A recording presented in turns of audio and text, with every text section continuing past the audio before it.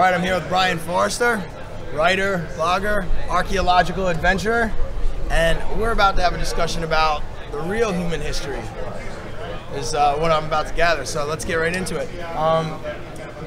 How did you get into this sort of alternative history paradigm? What was like the first thing that like sparked your interest that said, hey, maybe history isn't exactly how it was that I learned in school?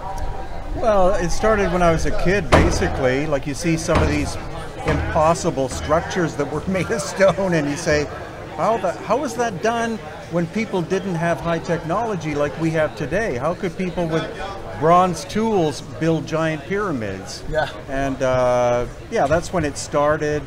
And then I went through the normal process of what people do. And about 15 years ago, I started to explore these places in person. And when you see them in person, it's completely different than reading somebody's book or watching somebody's video, because you'll pull in at least 100 times as much information on location than you will, seeing someone's documentary about it. Okay, so when you say you pull in a lot more, from the five senses, from extra than the five senses? Oh yeah. Yeah, okay, yeah, this is gonna be a great conversation. Yeah. Awesome. So I guess tell me about that moment. Did you visit a certain site that resonated with you, and that's when it opened you up to this world and you just dove right in and made it your life's work? Yeah, basically the first day that I was in Cusco, which was the capital of the Inca, I hired a local guide to take me around, and he said, well, the Inca built everything here. So I saw some walls that were made of like rough stone and adobe mud as mortar, and I went, I can see how you could do that. Right next to it would be a stone construction, a very hard stone like basalt, where every stone's a different shape and size, and you can't fit a human hair in the joint. And I said, who did that? He said, well, that's an Inca construction. No, this would be almost impossible for us to do today. So a Bronze Age civilization can't do that. Yeah. And he said, well, I don't understand what you're saying. And then I started looking up in the archaeological literature. So, yes, the Inca built everything. It's like, okay, so there's something wrong with this. And so that caused me to keep returning to Peru. And then eventually 11 years ago, I just said, screw it, I'm moving to Peru. And that's when I took this on full time. Because you were there and you could study all these locations, right? Exactly, and that's led me to be able to go to other places like Easter Island and Egypt and Lebanon and Jordan and other locations where you have like impossible structures, or structures that could not have been made by the cultures we're told made them. Now let's get into why that is, because for your layman, they just see, they're like, oh, it's big, but I see buildings and stuff. Some of the things that struck me as interesting about the pyramids in Egypt specifically is that the geometric proportions are aligned to certain key ratios in nature. Yeah. And I think like the ratio of, the hypotenuse to the height of the Great Pyramid is like the golden ratio or something like that? Oh, there's the golden ratio, there's phi, there's pi. The proportions of the Great Pyramid are in proportion with the planet. So whoever built the Great Pyramid knew the circumference of the planet, the size of the planet, the shape of the planet, and it was built in harmony with the planet. Because if you want a resonant structure, like the work that Tesla was doing, it has to be in harmony with what the natural laws of the universe do. Yes. Which is, again, a reason why that has been covered up. Our whole industrial civilization is destructive in nature. Yeah. Like you block a river in order to produce power, but you screw up the environment doing it. Yeah. Or you build a nuclear reactor that can destroy all life on Earth. On Earth, like that's destructive use of nature and knowledge. But if you work, in harmony is kind of a corny term, but if you work with the universal laws, then things just simply work. It's like a generative property. Exactly, right? exactly. And harmony is actually a very good term. Because coming from a musical background, that's essentially what's happening. You have an energetic frequency signature, and then you have an organic frequency signature, and if those two things line up and are in phase or create a new wave, they are in harmony. And that sort of resonance is, I think, what we feel when we go to those places. So yeah, so basically these are just like engineering marvels that we do not have the capacity to reproduce. So to think that, people with what do they say, like levers? How do they say that they built the pyramids in Egypt? They used levers? No, they built a giant ramp with using twice as much material, like a ramp made out of sand, using twice as much material as the Great Pyramid is made out of. So the question is, okay, How'd they build the ramp? Yeah, and where is the ramp today? Yeah. Well, they just kind of like dug it back down and like it just dematerialized. Yeah, Don't worry about exactly. that. And also, if it's a ramp of sand, how are you going to get these stone blocks up a sand ramp without them like sinking into the sand? Exactly. Yeah. And it's funny because these are very like, I don't think these are like hard leaps for anybody to make. Do you know what I mean? Like people get very like just like off put when you introduce alternative history concepts. But like when you give them like hard science like that, Yeah. they enter into cognitive dissonance a lot of times. Why do you think that is? Do you think that people are attached to our current historical worldview, and that's what the reluctance is to maybe take a look at some of these things? Well, I think they have been, but that's the whole thing of the Great Awakening that we're going through now, with on every level, is the fact that people are questioning. Wait a second, why do I have to obey this law, or what was I taught in school? Why and why was I why was I sent to the principal if I asked an intelligent question? That doesn't really make any sense. So people are waking up to it, and what I try to do, or what I do, is I apply science to the questions of these ancient structures. Again, the obvious thing that a Bronze Age culture can't work in hard stone like granite, which we see in Peru and Bolivia and Egypt and other locations, and the sense of scale that is involved. And as the information comes in more and more, these things become impossible to explain as regards conventional thought. And also, for too long, we've depended upon experts, like the academics know everything, but a lot of their work is supposition. They think that this was done this way. They don't know, and they haven't gone through a logical process. So a simple recent example that I just found out maybe a month ago is that the Great Pyramid, which is one of 8 original pyramids in Egypt. It's not just 3 of them, they're like 8 big ones. A geologist went and they tested the limestone of the Great Pyramid. Then they compared that with the stone of the Giza Plateau, and they don't match. So then he or they, it was a team, they were able to find 3 ancient quarries in Cairo, which is across the Nile, and they found that the stone of the Great Pyramid was made of 3 different types of limestone. So each one of those 2.5 million multi-ton blocks had to be moved across the Nile to build the Great Pyramid. That makes it even more impossible for the dynastic people to have done.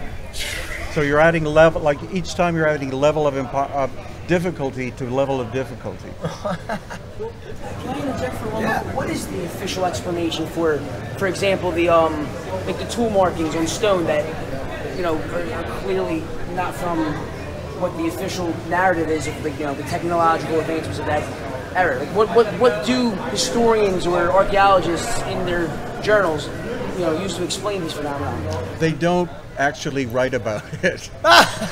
There was only one. There was one called Flinders Petrie, who was an Englishman in the 19th century, and he found these core samples that he collected and was allowed to take out of Egypt, and he was the only one who recorded these anomalous things. All the other ones they don't discuss the subject, and tour guides don't show people the obvious saw and drill marks that you find around the Giza Plateau. But that's the difference between what we do and what they do. We focus on that stuff. We don't talk about Ramses II, went to war against the so-and-sos. It's like, look at that saw mark there. There's another one, there's another one, there's another one. Wow. It's not that you find one, you find, like, we found at least 200 drill holes so far. And they just blatantly ignore their existence?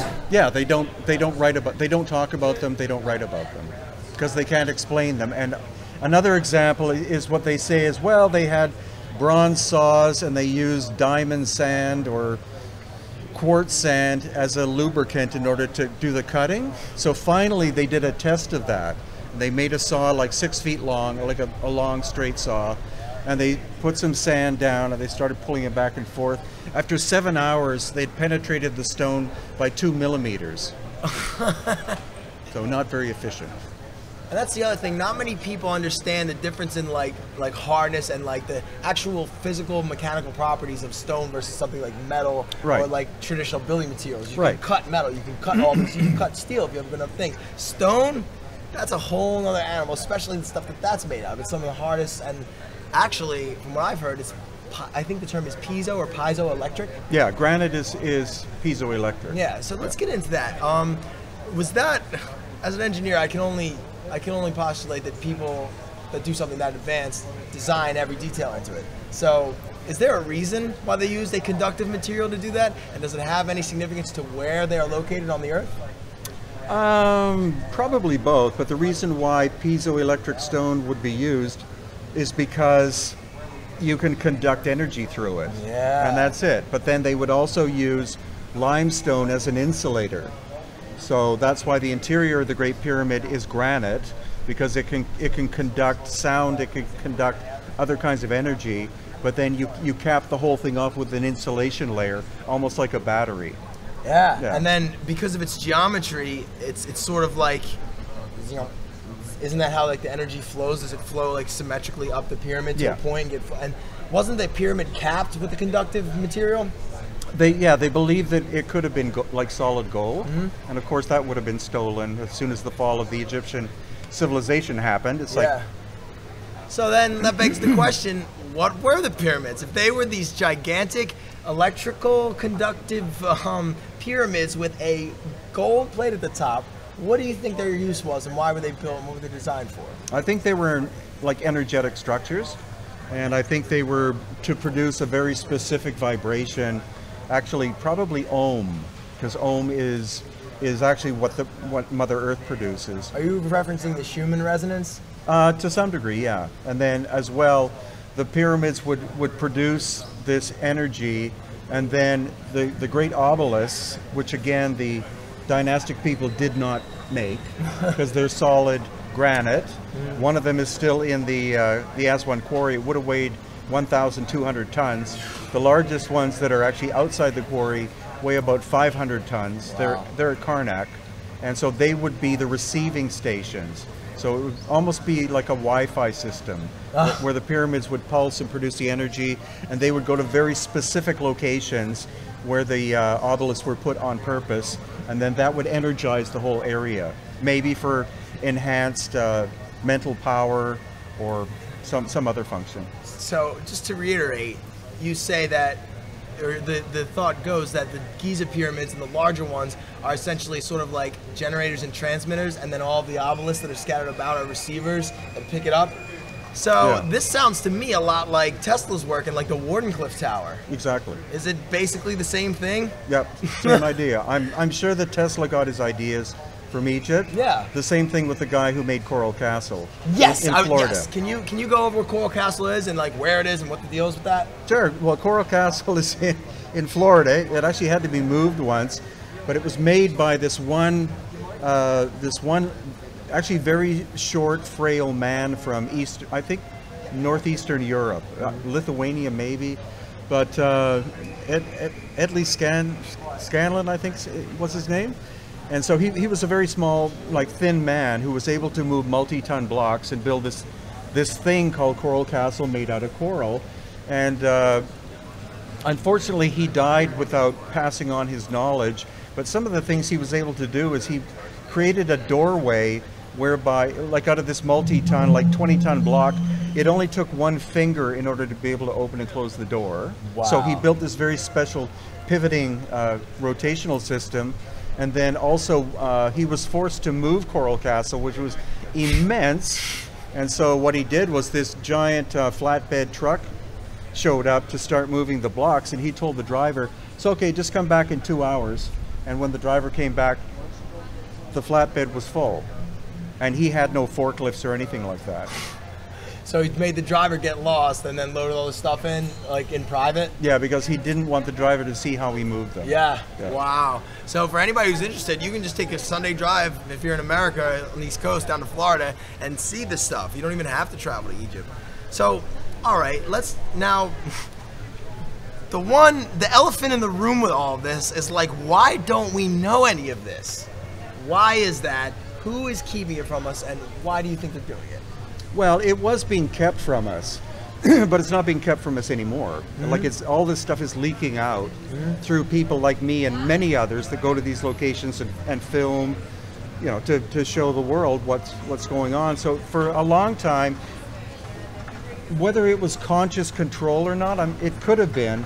But the main thing is that these things are simply inconvenient because they don't fit in with the story or the timeline or the level of technology.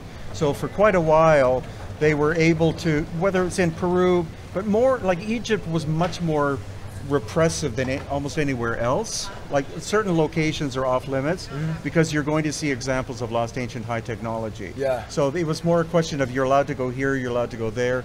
But now stuff is opening up, and the latest example of that is there's a place I wanted to see since I was a kid called the Osiris Shaft, and that's where you're able to enter the shaft that goes more than 200 feet down into the bedrock on the Giza plateau. Wow. And that was just opened 2 years ago. So the whole mindset in Egypt has changed. Before that, it's like no one's allowed in the Osiris Shaft. Like, wow. It was padlocked and rusty doors and stuff like that. So now the new Minister of Antiquities is starting to open places up that were forbidden in the past. And the main logic behind it is not like, let's allow the people to learn about these places. It's like, let's charge them $2,000 an hour. And so if you get a group of 50 people, it's not that expensive. But that allows us to go in there and film these almost impossible tasks and show them for the first time to the world. Wow. And once it's on the internet, you can't turn it off. Yep. It's gone. It's free. Yep. Dang, so who's guarding them? Who's got the shaft or whatever, like, on lock and key since, like, however long, up until 2 years ago? Governments? Yeah, it was actually one man called Zahi Hawass. He was the head of Supreme Council of Antiquities. He was very much a control freak. And so access to anything was based, I think, upon you paying him personally for it. And if any, he had so much power that he could kick any archaeologist out of the country. So that was the threat he would use is, okay, you're here doing a dig. If you find anything suspicious, then you have to tell me about it. And I will say, yes, you're allowed to publish, or no, you're not allowed to publish. But he was kicked out, I think, about 5 years ago. And the new guy is much more open-minded and very, like, smart. Yeah. Because that's a great way to attract more people to Egypt. Yeah. It's one thing to say, dynastic Egypt, but if you say, these things are older, there was a civilization before Egypt that had lost ancient high technology, you'll get a lot more people going to Egypt. That is true. Egypt will make a lot more money, the people will be happy, and Egypt will be proud of their, vastly older cultures. Now, that is so exciting because I've sort of understood that this is the truth. But I can't, if somebody asked me to paint a picture of what these civilizations look like or how they function, I wouldn't be able to answer that. What, to the best of your knowledge, were these civilizations like? It's hard to tell. The only options I have are, to be honest, either the so-called Atlanteans. That's what I was getting at. Or aliens. Interesting. One or the other. I don't think, people keep talking about the lost civilization, but there's no sign at all of their existence. You would find traces of them. Yeah. I mean, there are possible Atlantean remains in certain locations. So it's either one or the other. Interesting. Yeah. This might be my own naivety, but isn't like the whole reason behind why you can't find Atlantis is because it sunk to the bottom of the ocean? Is that like the myth? Not really. It's the idea that it's at the bottom of the ocean is unlikely. What we do know is that the world's oceans rose by 350 to 400 feet about 12,000 years ago. So, and Atlantis is from the same time frame. Even Plato says that. Interesting. Yeah. So Plato has a reference to that as well. Oh, definitely. No, he said, what did he say? He said 9,700 years before my time. So that's roughly 12,000 years ago. So it's the exact same time frame. But it's not that, and Atlantis was not a continent, it was a city. Because people keep saying, well, it's a continent that sank. A continent can't sink. Yeah, that didn't make sense to me. But the sea level rises, then poetically, the sinking of the landmass. Yeah. There's a structure that's been found in Mauritania that has the same dimensions as the city of Atlantis, 23 kilometers in diameter, called the Richat structure, if you want to look that up on the internet. How does one spell that? R-I-C-H-A-T. Okay. And you can get really close on it too. Wow. It's very bizarre looking, and recently a bunch of different researchers are looking at it with the possibility that that could be Atlantis, the city, because a lot of the features are what are described in Atlantis. Mountains to the north, a great plain to the south, great rivers that used to come from the mountains in the north, and if you zoom in on it, you'll see ancient structures are there, but it's in the middle of nowhere in Mauritania. So that's why Josh, who's one of the journalists here, he's planning on yeah, somebody would have to physically go. I'm not going to go because it's like I got too much else to do. But it's very intriguing. It's almost perfectly circular. And same thing, Plato says that it's a series of canals with a series of land masses, like rings. Yeah. And that's exactly what this thing looks like. Wow. Either that, or I think it's in Antarctica, because there's so much research going on in Antarctica, which is way beyond studying sea lions and penguins. Yeah, wow. You know, massive research stations studying the climate? I don't think so. Yeah, that's sketchy, man. I've actually looked into a lot of the Antarctica stuff, even just the treaty, the UN Antarctic Treaty. Do you know about that? No. I mean, it's just kind of interesting how, like, it seems like for some reason all of the countries in the world agree on absolutely nothing except that we gotta all make Antarctica sort of like this military zone. Yeah. You know what I mean? Like that always seemed fishy to me. And I've heard things about the Nazis being there in World War II and stuff like that. Yeah. So all right, what can you tell me about Antarctica? What are your theories on what might the occulted sort of situations actually have been? Well, like you said, the Nazis supposedly went there. The Nazis supposedly developed like flying saucers and advanced weaponry. Electromagnetic levitation technology. And that was one of the reasons why the free world had to destroy the Nazis, is because they were like way beyond the level of technology. Yeah. So honestly, my theory is that 12,000 years ago, this series of cataclysmic events happened over the course of like 300 to 500 years. Like, it wasn't like a one-day event, and that there's a lot of evidence that the planet has shifted by 23 degrees, because we're listing at 23 degrees. Yeah. We should be like that. So I think what happened was 12,000 years ago, the planet altered its axis. Interesting. And part of Antarctica was in a temperate zone. Interesting. And that could have been what we call Atlantis. And then it turns 23 degrees and gets flash frozen. So whatever high civilization there is either wiped out.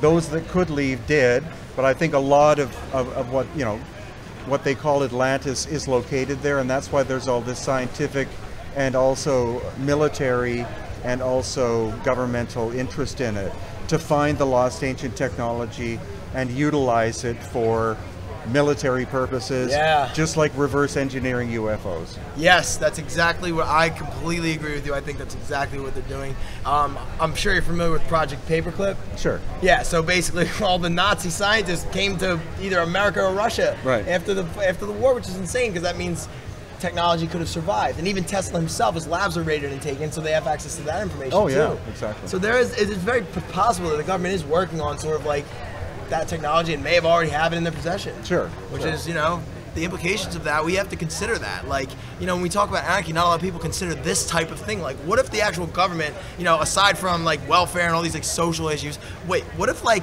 this stuff is like the case, we have this electromagnetic technology that's being suppressed that could literally create utopia or could be used to destroy anything and everything, and that's in the hands of the government and they're keeping it away from us. That is one of the questions that plagues my heart personally. That's what makes me so hardcore anarchist, is because I understand from an engineering perspective everything you're saying about it's impossible, the narrative. It is physically impossible from an engineering physical standpoint. Okay, so once we have that on the table, then when you follow those breadcrumbs and you get led to all these things that are interconnected, the pyramids, the electromagnetic energy, Tesla, how they function just exactly like his inventions did, how Tesla's inventions were destroyed by JP Morgan, how these civilizations mysteriously disappeared, it just seems like there's a clear picture that's painted if you know the information. Right.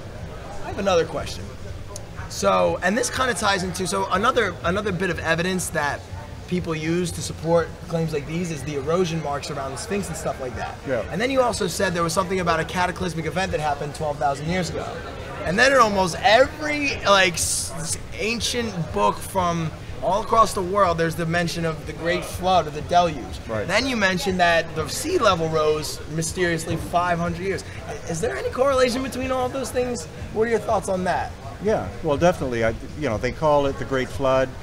400 different cultures talk about the same event happening, but it was 12,000 years ago. Yeah. And again, like Dr. Robert Schoch and many other, I think, geologists and other scientists reinforcing the idea that the end of the last ice age was an incredibly rapid event. It may have taken a year or less to happen. It wasn't gradual melting. It was an event caused likely by something from outside of our solar system that came in. Interesting. With destructive force. Interesting. Like in October, they found this asteroid that had crashed into the northern part of Greenland. It's a mile long. It's made of nickel and iron and had the destructive force of 47 million Hiroshima bombs. Wow. So I think that was one of the instigators of this devastating effect. So that would have either vaporized or rapidly melted much of the northern ice sheet, including, well, the North Pole and also the ice sheet that covered Canada too. Interesting. And that caused, very rapid rising of sea level, and then pressure on the crust of the Earth, turning dormant volcanoes back on, darkening the sky. How did it darken the sky? Oh, just with all the volcanic activity. Ah, I see. Yeah, and then also radiation coming in, the wiping out of the megafauna like the saber-toothed cats and the woolly mammoths. 120 species died out within 1,000 years. Not just from from a natural event, but not just from native people, hunting them down. Yeah. And the most classic example of that is where in Siberia they found, I think, hundreds of thousands of woolly mammoths, and when they've been able to de-thaw them, they found that their stomachs were still had fresh food in them. Oh my God. So it's like 1 minute they were foraging in the field, the next minute they were frozen to death. Wow. And also their legs are all shattered. So like they were thrown a giant distance. What? Yeah. So yeah, that sounds like sort of like a giant tsunami or a flood or something like that. Right. You know what I mean? Like that's got all the indicators. That's insane. Can you tell me more about megafauna? I've never really took this into like sort of like the animal kingdom with like maybe like almost like ancient animals have been hidden from us. Like you say saber-toothed tigers. Like I was always told that like, I don't know, like it always just seemed like a fairy tale to me as how like I was presented in my government education. What can you tell me about that? Well, there were at least 120 species of what are called megafauna. And they're like giant versions of some of the animals that we have today. Like the woolly mammoth was way bigger than an elephant. The saber-toothed cat is way bigger than like a cougar or a puma or a tiger or anything like that. And just multiple like turtles that were like huge and different animals like that. They all were wiped out in less than 1,000 years. Wow. Were there like megafauna versions of humans? There are a lot of talks about ancient giants. And what is your perspective on that? I think there were very tall people. I don't think I would say like 8 feet tall maybe. That's conceivable. But when people talk about 20 or 30 foot people, it's like no. Because that's getting kind of kooky. When you look at how the skeleton is made, that's getting kind of kooky. Because how big would the bones have to be to support that kind of weight? Yeah, you would need some serious firepower. But also, there are lots of stories that the Smithsonian Institution has a number of giant skeletons, and they've been hidden away because they don't fit in with Darwinian evolution. They also don't fit in with the creation stories of the Bible. Yeah. So they're kind of not within a paradigm that people want to discuss. Yeah. And that's exactly why all of this stuff has been covered up. Anything that doesn't fit the conventional paradigm has to be hidden away. Yeah, that's the truth. Wow. What is the driving force behind that? Like, why are these institutions actively covering up the truth when they pronounce to be, in search of it? Why are they so attached to these paradigms if truth is really what they see? Because the problem is it'll alter history too much and too fast. It means you basically either have to throw the textbooks out, or you have to say, okay, this is now volume 1. Now we have to write other volumes, and they don't want to do that. People think that scientific pursuit is all about, exploring the unknown, but when it's inconvenient to the conventional story, it's like, no, we're not discussing that. But the great thing again is that everything's opening up now. Now in Egypt, some of the tour guides are talking about the pre-dynastic people and the pre-dynastic creations. So that's a real watershed event, because before they were told, if you discuss anything aside from what you've learned in school, you're fired. Yeah. And then your family's not going to eat. But now gradually it's opening up that way. And the same thing in Peru. When I go to Machu Picchu, the guides come up to me and say, I've seen your, I've read your books about this stuff, and it's really fascinating because I didn't learn that in school. Yeah. And it's opening the minds of the people up, which is what's important. Yes, I wholeheartedly agree. Wow. Now I want to touch on something you mentioned a bit ago. You said that the evidence for finding these like larger humans, some of these 8-foot humans with someone called giants, would kind of like get in the way of a particular theory that I've been sort of like, I guess, dissecting. We'll use that word. That theory is Darwinian evolution. What are your thoughts on Darwinian evolution in regards to your research and what you've come to learn about our history? Well, in university, I spent 4 years studying Darwinian evolution, and the key that triggered me was some of it didn't make any sense, like giant leaps they're making. There is no scientific connection between Australopithecus and us. They're assuming this, all of this stuff. And so I remember I asked one of my professors, maybe when I was in 4th year of university, I said, what if I have a bit of a problem with some aspects of Darwinian evolution? He simply said, you won't have a career. So I said, I quit, and that's why I didn't go to graduate school, because they were trying to— Me too. They were trying to force me into a box, and it's like, oh, this is how you guys work. Yeah. And actually, that's why I can say that's why the academics in general won't discuss, forbidden archaeology, because it's too much of an effort for them to address. So they simply ignore it, focus on their little aspect of what they study, and then eventually will retire content. But younger generations are opening up to it. That's the big thing. You got to catch the well, that's what we're doing. This is the transformation of the historical record. Amazing. Well, hey, look, we are definitely involved in this. We are trying to get the word out to as many people, young and old. We're actually, for the first time, throwing a conference in Philadelphia called Anarchadelphia. It's going to be very similar to this. A lot of occultism stuff, a lot of anarchist stuff, and then a cryptocurrency vibe too. Would you be interested at all in maybe attending if we could get you down there?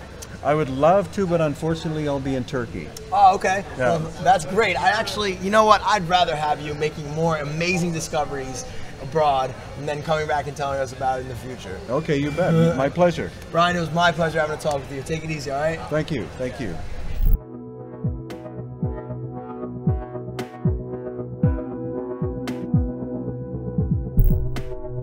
Join the State of Anarchy this September's Harvest Moon in Philadelphia, Pennsylvania, where this gathering of like minds aims to foster unbreakable relationships between the movement's leading forces, whom teach self-love and ownership, blockchain techno-economics, as well as exposing the Earth's sacred hidden knowledge. So will we see you there?